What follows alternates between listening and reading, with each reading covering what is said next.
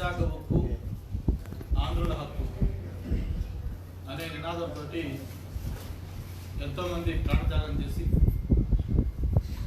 సాధించుకున్న Visakha steel plant 100% privatisation అవుతుంది అన్న వార్త తెలిసిన దగ్గర నుంచి కూడా రాష్ట్రంలో కాదు, దేశంలో కాదు, విదేశాల్లో ఉన్న తెలుగు వాళ్ళందరూ కూడా ఒక షాక్ గురైన విషయం మనం చూస్తా ఉన్నాం. వేలాది ఎకరాల భూమితోటి ఎన్నో వేల మంది ఉద్యోగులతోటి దాదాపు 1,00,000 మంది పైగా ప్రత్యక్షంగా పరోక్షంగా ఈ స్టీల్ ప్లాంట్తో సంబంధాలు ఉన్న విషయం మనకు తెలుసు. అంతేకాకుండా క్వాలిటీ పరంగా కూడా అంతర్జాతీయంగా కూడా మంచి పేరు తెచ్చుకొని వరల్డ్ మార్కెట్లో కూడా విశాఖపట్నం స్టీల్కి ఒక ప్రత్యేకమైన గుర్తింపు కూడా ఉన్న విషయం మనం చూస్తా ఉన్నాం. విశాఖ నగరానికి పేరు కూడా ఒక ఉక్కు నగరంగా మార్చిన Visakhapatnam steel plant. Visakhapatnam steel plant అనేది ఏదో ఒక పరిశ్రమగా ఎవరు భావించట్లా. అది తెలుగు ప్రజల యొక్క గుండె చప్పుడుగా అందరూ ఫీల్ అవుతా ఉన్నారు. ఒక మనిషికి ఉచ్ఛ్వాస నిశ్వాసాలు ఎలాగో తెలుగు ప్రజలందరూ కూడా ఈ స్టీల్ ప్లాంట్ని అలా భావిస్తూ ఉన్నారు. అటువంటి స్టీల్ ప్లాంట్ ఏదో ఒక కారణం, నష్టాలు వస్తున్నాయని ఒక కారణంతో 100% ప్రైవేటైజేషన్ చేయాలని నిర్ణయం తీసుకోవడం అంటే ఇది ఎవరికి కూడా జీర్ణించుకోలే పరిస్థితి ఏర్పడింది. అంటే విశాఖపట్నం స్టీల్ ప్లాంట్ని 100% ప్రైవేటైజేషన్ చేస్తాము అంటే ఒక మనిషి శరీరం నుంచి తలని విడదీస్తే ఎలాంటి భావన కలుగుతుందో విశాఖ ప్రజలకే కాదు, తెలుగు ప్రజలందరూ కూడా అలాంటి భావన ఈరోజు ఏర్పడతాం.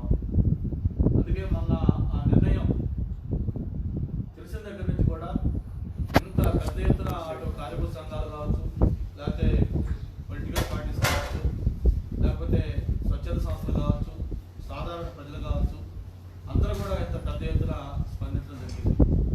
మరి విశాఖ వాసిగా ప్రత్యేకించి విశాఖ తల్లి ఒడిలో పెరిగి ఎదిగి ఒక స్థాయికి చేరిన వ్యక్తిగా నా మీద కూడా ఒక బాధ్యత ఉంది. ఈ స్టీల్ ప్లాంట్ ప్రొటెక్షన్ చేసుకోవాల్సిన అవసరం ఉంది.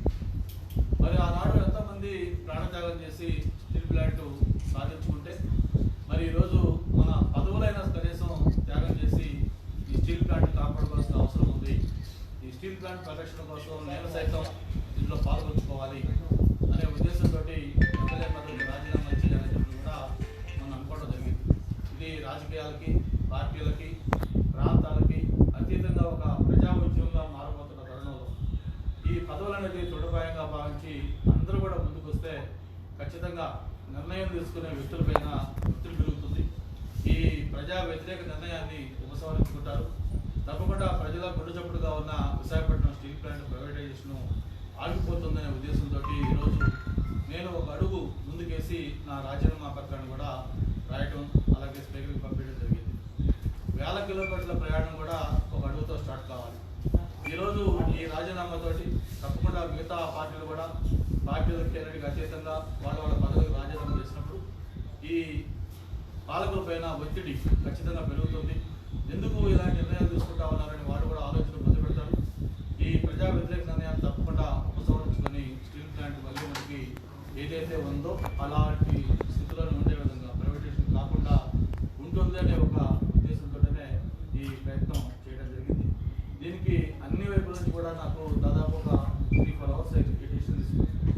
అది across the parties, political parties కాదు, లేకపోతే యూనియన్స్ కాదు, లేకపోతే స్వచ్ఛంద సంస్థలు కాదు, ఉద్యోగస్తులు కాదు, లేకపోతే ఇంక వాళ్ళు కాకుండా అందరి నుంచి కూడా పెద్ద ఎత్తున దీనికి స్పందన లభిస్తుంది. బ్రహ్మాండమైన మద్దతు లభిస్తూ ఉంది. అందరూ కూడా దీన్ని 100% మనస్ఫూర్తిగా స్వాగతిస్తూ ఉన్నారు. మీరు తీసుకున్న నిర్ణయం వల్ల ఖచ్చితంగా ఒక చర్చలు తెచ్చిపోయేటువంటి నిర్ణయం ఇది. దీన్ని అందరూ కూడా స్వాగతిస్తూ ఉన్నాం. మేము మీతో పాటు ఉంటాం, మీ పాటలో నడుస్తామని చెప్పిన ఎంతోమంది ముందుకు వస్తూ ఉన్నారు. ఇప్పటికే స్టీల్ ప్లాంట్ నుంచి కూడా అందరూ అన్ని ట్రేడ్ యూనియన్ నాయకులు మాట్లాడారు. అలాగే మిగతా పొలిటికల్ పార్టీస్ నాయకులు మాట్లాడుతూ ఉన్నారు. ఏంటి మన కార్యాచరణ ఏంటి, ఎలా దీన్ని చేయాలి, ఎలా దీన్ని ఒక ప్రజా ఉద్యమంలాగా చేయాలి, దీన్ని ఏం చేస్తే మనం మీద మనం కూర్చోవాల్సిన అవసరం ఉంది, మాట్లాడుకోవాల్సిన అవసరం ఉందని చెప్పి కూడా అందరూ సంస్కృతి వ్యక్తపరుస్తూ ఉన్నారు. అందుకే నేను నా వంతు బాధ్యతగా ఈ రాజీనామాతో ప్రారంభం చేసుకొని ఒక నాన్ పొలిటికల్ జేఏసీ ఏర్పాటు చేసుకొని దీంట్లో ఏ పార్టీలకు సంబంధం లేదు, ఇది ఒక నాన్ పొలిటికల్ జేఏసీ ఉంటుంది. ఆ నాన్ పొలిటికల్ జేఏసీ ఆధ్వర్యంలో స్టీల్ ప్లాంట్ పరిరక్షణ కోసం ఏదైతే ఆ రోజు ప్రాణత్యాగం చేసి తెచ్చుకున్నామో స్టీల్ ప్లాంట్ దీన్ని కాపాడుకోవడం కోసం అందరం కూడా పెద్ద ఎత్తున ఉద్యమించాల్సిన అవసరం ఉందని చెప్పి నేను భావిస్తా ఉన్నాను. ఒకసారి ఆ స్టీల్ ప్లాంట్ సాధన రోజులు గుర్తు చేసుకుంటే మీ అందరూ కూడా తెలుసు. ఆ రోజు అమృతరావు ఏదైతే గుంటూరుకు సంబంధించిన ఒక దళిత వర్గాలకు చెందిన వ్యక్తి, ఆ వ్యక్తి ఇక్కడ విశాఖపట్నంలో స్టీల్ ప్లాంట్ కోసం వచ్చి ఇక్కడ ఆ దీక్ష కూర్చోవడం జరిగింది. అంతేకాదు ఆ రోజు పార్లమెంట్లో కూడా ఈ స్టీల్ ప్లాంట్ కోసం చర్చ జరుగుతున్నప్పుడు ఒక ఉమ్మడి ఆంధ్రప్రదేశ్ రాష్ట్రమే కాకుండా సౌత్ ఇండియాలో ఉన్న అన్ని రాష్ట్రాలు కూడా విశాఖపట్నంలో స్టీల్ ప్లాంట్ కోసం మద్దతు పలికారు. మరి నేను ఎంపీగా ఉన్న సమయంలో అయితే ఈ స్టీల్ ప్లాంట్ కూడా ప్రైవేటైజేషన్ చేస్తారు, కొంత పర్సంటేజ్ రిజర్వేషన్ చేస్తారని ఆ రోజు ఒక ప్రకటన వస్తే ఆ రోజు అఖిలపక్షం అప్పటి ప్రధానమంత్రి వాజ్పేయి గారిని కలిసి స్టీల్ ప్లాంట్ యొక్క ప్రాధాన్యత ఏంటి ఇవన్నీ చెప్పినప్పుడు ఆయన వెంటనే ఆ నిర్ణయాన్ని ఉపసంహరణ చేసుకొని 1000 కోట్ల రూపాయలు సాయం చేసి ఆ డిజిన్వెస్ట్మెంట్ ప్రక్రియని పక్కన పెట్టే విషయం కూడా మీకు తెలుసు. ఈరోజు స్టీల్ ప్లాంట్ వేల ఎకరాల భూమి ఆ రోజు రైతులు అలాగే ప్రజలు స్వచ్ఛందంగా ముందుకు వచ్చి ఇచ్చారంటే ఏదో ఒక పరిశ్రమ అని కాదట, ఒక ఉపాధి లభిస్తుంది, మన జీవన స్థితిగతులు మారిపోతాయి, విశాఖపట్నం ఫేస్ మారిపోతుంది, విశాఖపట్నం కొత్త ఊపు వస్తున్న ఉద్దేశంతో ఆ రోజు వేలాది కుటుంబాలు వాళ్ళు త్యాగాలు చేసి వాళ్ళకున్న భూములు ఇవ్వడం జరిగింది. అలాగే ఈ రోజు కూడా ఎంతో కొంతమందికి ఉపాధి లభించక ఆ ఆర్ట్ కార్డులతో వాళ్ళు ఉపాధి కోసం తిరుగుతూ ఉన్నారు. ఇవన్నీ ఒక పక్క ఉంటే కేవలం నష్టాలు వస్తున్నాయని సాగుతోటి ప్లాంట్ ప్రైవేటైజేషన్ అనేది చాలా చాలా తప్పు. ఏదైనా ఒక ప్రభుత్వ రంగంలో సంస్థ ఉన్నప్పుడు అది నష్టం వస్తున్నప్పుడు దాని మీద సీరియస్గా దృష్టి పెట్టాలి. ఎందుకు నష్టాలు వస్తూ ఉన్నాయి, దానికి ప్రధానంగా కారణం ఏంటి, మేనేజ్మెంట్ ఫాల్ట్ ఉందా, లేదా ఇంకేదో అదర్ ఇష్యూస్ ఉన్నాయని చెప్పి ఒక్కసారి దాన్ని రివ్యూ చేసుకోవాల్సిన అవసరం ఉంది. ఒకసారి విశాఖపట్నం స్టీల్ ప్లాంట్ చూస్తే ఈరోజు నష్టాలకి ప్రధాన కారణం స్టీల్ ప్లాంట్కి సొంత గనులు లేకపోవడం.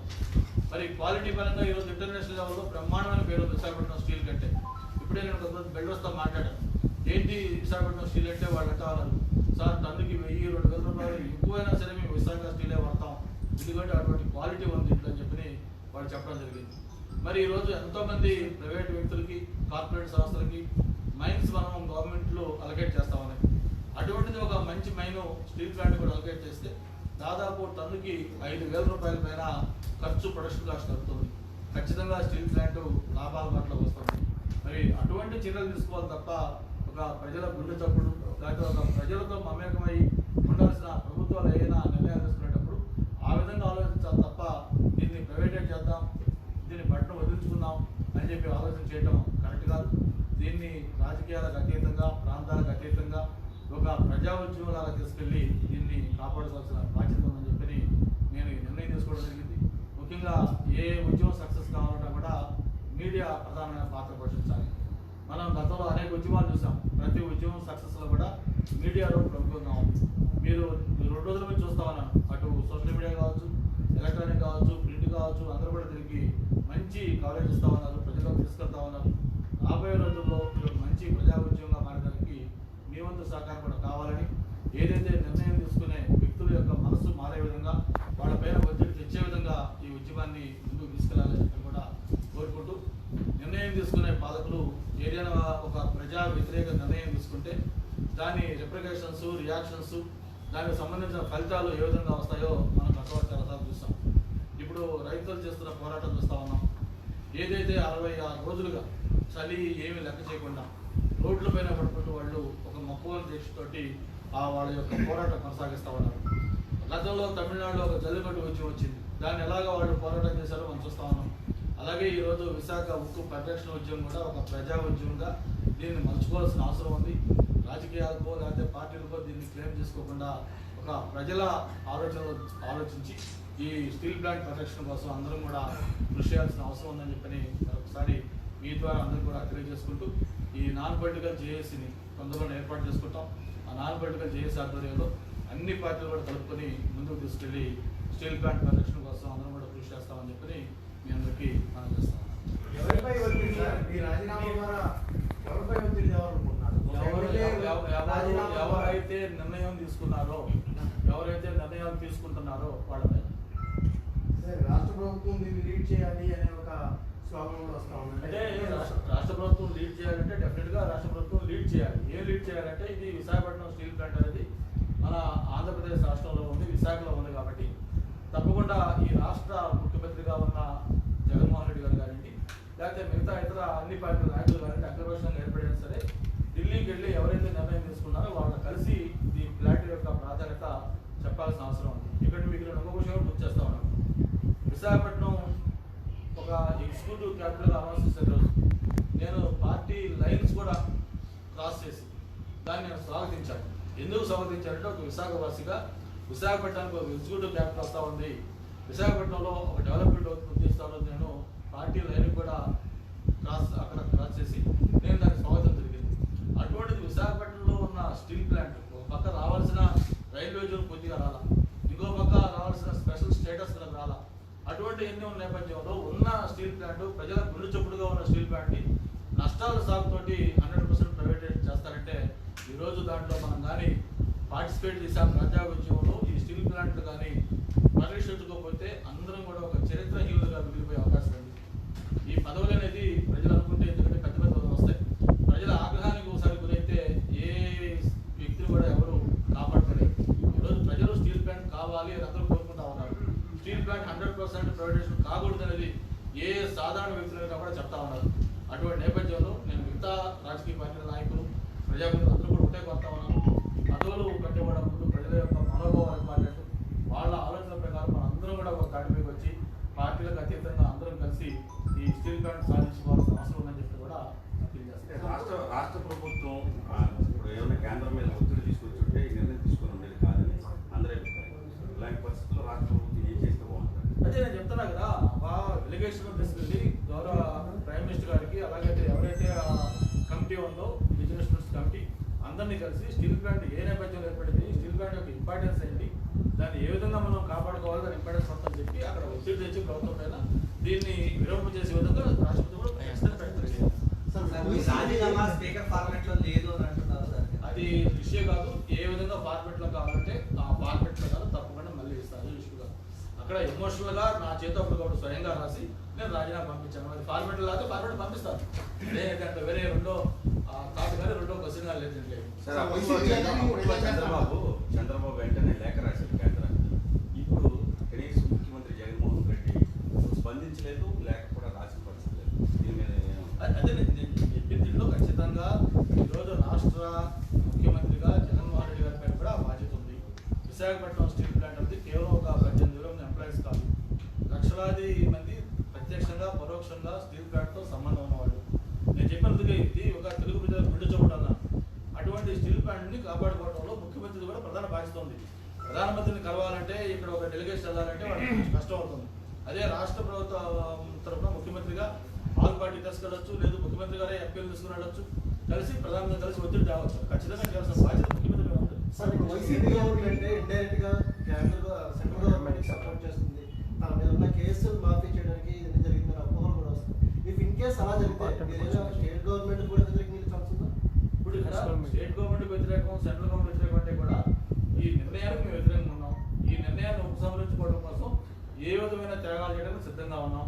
దానికి ఏం చేయాలి ఏంటి అనేది నేను ముందు నా రాజీనామాతో స్టార్ట్ చేశాను. నేను రేపు నాన్ పొలిటికల్ జేఏసీ కూర్చుంటున్నారు, అందరూ కలిసి కూర్చొని మాట్లాడుకుంటాం. ఈ ఉద్యమాన్ని ఎలా పేర్చుకున్నారో ముందుకు తీసుకెళ్ళాలి, నెక్స్ట్ ఎవరెవరు ఏం స్టెప్ చేయాలి, ధర్నాలు చేయాలా, బంధులు చేయాలా, లేకపోతే ఇంకేదైనా నిరాకరణ చేయాలా, లేకపోతే ఇంకొక యాక్షన్ ప్లాన్ చేయాలా, ఏంటిదో రోడ్ మ్యాప్ కూడా అందరూ మాట్లాడుకుంటాం. దాని ప్రకారం ఏటువంటి ఒత్తిడి చేయాలి, ఏ విధంగా ఉద్యమం చేయాలి all party non political JAC నిర్ణయించిన దాని ప్రకారం మేము ముందుకెళ్తాం.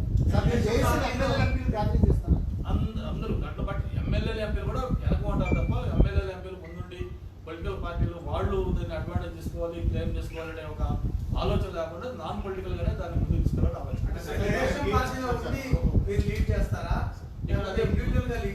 ఇదే చెప్పాను మీకు, పార్టీలకు అతీతంగా, పార్టీలకు సంబంధం లేదు. నేను ఇప్పుడు ఈ నిర్ణయాన్ని కూడా నేను పార్టీకి చెప్పలేదు. నేను నిర్ణయాన్ని పార్టీలకు అతీతంగా నేను చేస్తా ఉన్నాను. ఇక్కడ నా ఇంట్రెస్ట్ ఎస్పెషలీ నా ప్రత్యేకంగా నా ఆలోచన ఏంటంటే, నేను 1980లో ఒక స్టూడెంట్గా ఆంధ్ర యూనివర్సిటీకి వచ్చాను. ఇక్కడ నేను లా కంప్లీట్ చేసిన తర్వాత ఒక చిన్న ఉద్యోగం చేసుకుని బిజినెస్ స్టార్ట్ చేసి పొలిటికల్గా కెరీర్ ఇక్కడ స్టార్ట్ చేసుకొని ఈరోజు నాకు ఒక గుర్తింపు గౌరవం వచ్చింది విశాఖపట్నం. అటువంటి విశాఖపట్నంలో ఉన్న ఈ ఇండస్ట్రీ ఒక క్లిష్ట పరిస్థితిలో ఉంది. ఇది 100% ప్రైవేటైజేషన్ కాబోతా ఉంది అనే నిర్ణయం తీసుకునేటప్పుడు ఇటువంటి ఇవన్నీ కూడా దృష్టిలో పెట్టుకుని ఆ గుర్తింపుగా నాకు ఇచ్చిన విశాఖపట్నానికి న్యాయం జరగాలి, ఈ స్టీల్ ప్లాంట్ ఎక్కడ ఉండాలనే ఉద్దేశంతో మేము తీసుకున్న నిర్ణయం. సార్ గత ప్రభుత్వాలన్నీ ఇప్పుడు వైసీపీ కానీ ఇంకా ముందున్న టీడీపీ వీటన్నిటికీ బాధ్యత ఉంది. ఒక స్టీల్ ప్లాంట్ సొంతగా ఈ విషయాన్ని మీరు ఒప్పుకుంటారా? తప్పకుండా. ఎందుకంటే ఇది ఏదో ఇప్పుడు ఒక వైసీపీని బ్లేమ్ చేయటం లేకపోతే ఇంకొకరిని పొగట్టడం ఇక్కడ కాదు. స్టీల్ ప్లాంట్ ఏర్పడిన దగ్గర నుంచి కూడా ఇప్పుడు దాకా స్టీల్ ప్లాంట్కి సొంత గనులు లేకపోవడం అనేది అందరూ వైఫల్యం. ఆ స్టీల్ ప్లాంట్కి సొంత గనులు ఏమంటే ఈరోజు నష్టాలు వస్తాయనే సాగుతోటి ఈ స్టీల్ ప్లాంట్ ప్రొడక్షన్ అయ్యే పరిస్థితి వచ్చేది కాదు. ఎందుకంటే దాదాపు టన్నుకి 5,000 రూపాయల పైన ప్రొడక్షన్ కాస్ట్ మైన్స్ ఉంటాయి. సార్ మీరు నాన్ పొలిటికల్ చేసి అంటారు, ఓకే, కానీ మొదటి నుంచి కూడా స్టీల్ ప్లాంట్ సొంత గనుల కోసం కానీ నష్టాలు రావట్లేదు, లాభాలు ఉన్నాయి. సిపిఎం పార్టీ పోరాడుతుంది మొదటి నుంచి కూడా. ఇప్పుడు సిపిఎం పార్టీ మొదటి నుంచి పోరాడుతుంది, సిఐటి వామపక్షాన్ని కూడా పోరాడుతుంది. వాటిని కూడా మీరు జరుపుకుంటారు. తప్పకుండా వాళ్ళు ఖచ్చితంగా ఉంటారు. ఆల్రెడీ నర్సరావు మాట్లాడారు, కలుపుతా ఉన్నారు, కలుస్తున్నాం. సిపిఎంఏ కాదు, ఈ స్టీల్ ప్లాంట్ ప్రొటెక్షన్ కోసం ఎవరైతే ముందుకు వస్తారో వాళ్ళు అందరూ కూడా ఇల్లు తప్పుకుంటారు.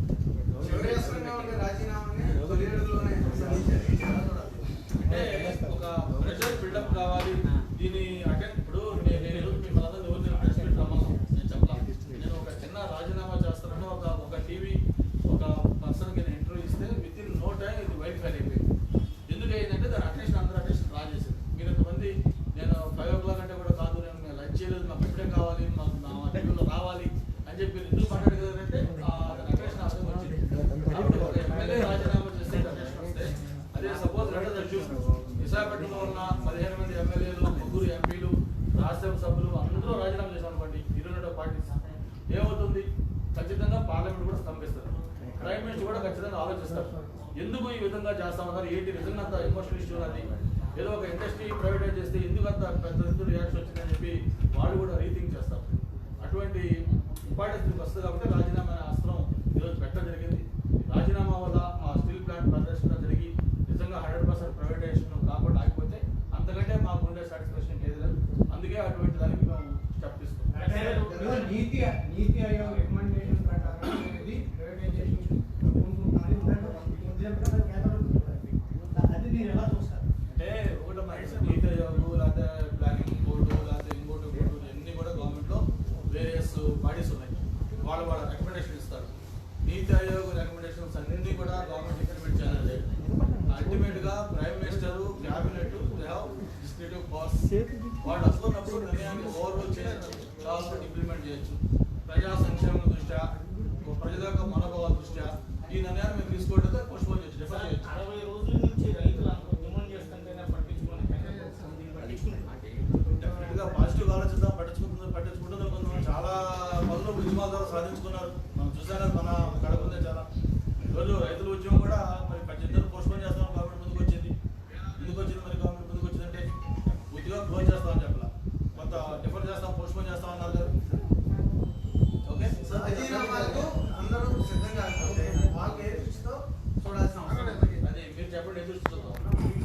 మీరు రాజీనామాతో ఒత్తిడి వస్తుంది, అప్పుడే నేను అనుకుంటున్నాను డెఫినెట్గా రాజీనామాకు రాని వాళ్ళని అలా చూడాల్సిన అవసరం లేదు. ఎలా అది ప్రజలు నిర్ణయిస్తారు, ఎలా చూస్తారు. గత 2-3 ఉద్యమాల్లో రాజీనామాలు కారణం మనం అడగడుతూ వచ్చాం కదా. సో ఇదే కూడా అందుకే ఇప్పుడు రాజీనామాలు ఉద్యమం ఊపందుకొని వాళ్ళందరూ రాజీనామాలు అవసరం అని ప్రజలు ఫీల్ అయినప్పుడు రాజీనామాలు చేయకపోతే వాళ్ళు ఎలా చూస్తారంటే పబ్లిక్ డిసైడ్ చేస్తారు. ఈ రాజీనామాతో తెలుగుదేశం వాళ్ళు ఎవరైనా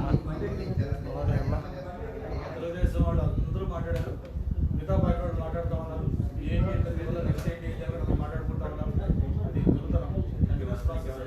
సార్ బిఫోర్ రిజర్వేషన్ ఎవరున్నారా మన వరుసలో రాజీనామా చేస్తామని చెప్పారు మీకు? అది తెలియదు. ఎందుకంటే అప్పుడు కూడా రాజీనామా అవును ఇప్పుడు అన్నారు, ఇంకా చాలా మంది అన్నారు. వైసీపీ ఎంపీ కూడా sir before reservation or after reservation Chandrababu Naidu గారు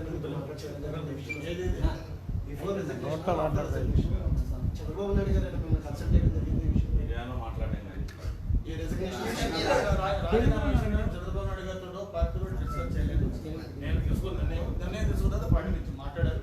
ఏంటంటే ఇట్లా అవసరం ఉంది, ఇక్కడ ప్రజా మనోభావాలు ఎలాగా ఉన్నాయి, ప్రజల ఆలోచనలు ఎవరైనా ఉన్నాయి, ఇట్ ఇస్ పీపుల్స్ మూవ్మెంట్. ఇది ఖచ్చితంగా దాంతో మనం సేవ్ కావాల్సిన అవసరం ఉంది. ఈ పదవుల కంటే కూడా ప్రజలతో సేవ్ కావాల్సిన అవసరం ఉందని చెప్పడం జరిగింది. అందరూ కూడా దీన్ని యాక్సెప్ట్ చేశారు. చాలా మంచి నిర్ణయం. నాకు ఈరోజు డెసిషన్ తీసుకున్న తర్వాత మాట్లాడిన నిన్న ఏ ఒక్క వ్యక్తి కూడా ఎందుకు తొందరపడ్డామని కానీ ఎందుకు హేస్టీ డిసిషన్ కానీ లేకపోతే ఉడకని మాట్లాడాలి ఎవరు మాట్లాడినా కూడా చాలా చాలా పాజిటివ్గా. ఎందుకంటే అక్కడ ఇది నా గొప్పతనం లేకపోతే ఒకటి కాదు, అక్కడ ఇష్యూకున్న స్ట్రెంత్. స్టీల్ ప్లాంట్ 100% ప్రైవేటైజేషన్ అనే వార్త ఏ ఒక్కరికి డైజెస్ట్ కాదు. ఆ వార్తలో ఆ ఇష్యూలో స్ట్రెంత్ ఉంది కాబట్టి తీసుకున్న డిసిషన్కి ఇంపార్టెంట్ వచ్చింది. ఇది కాకుండా ఏదైనా ఒక వేరే సిల్లీ రీజన్కో పొలిటికల్ రీజన్కో రిజైన్ చేస్తే మీలో 1/4 కూడా దాన్ని యాక్సెప్ట్ చేయరు.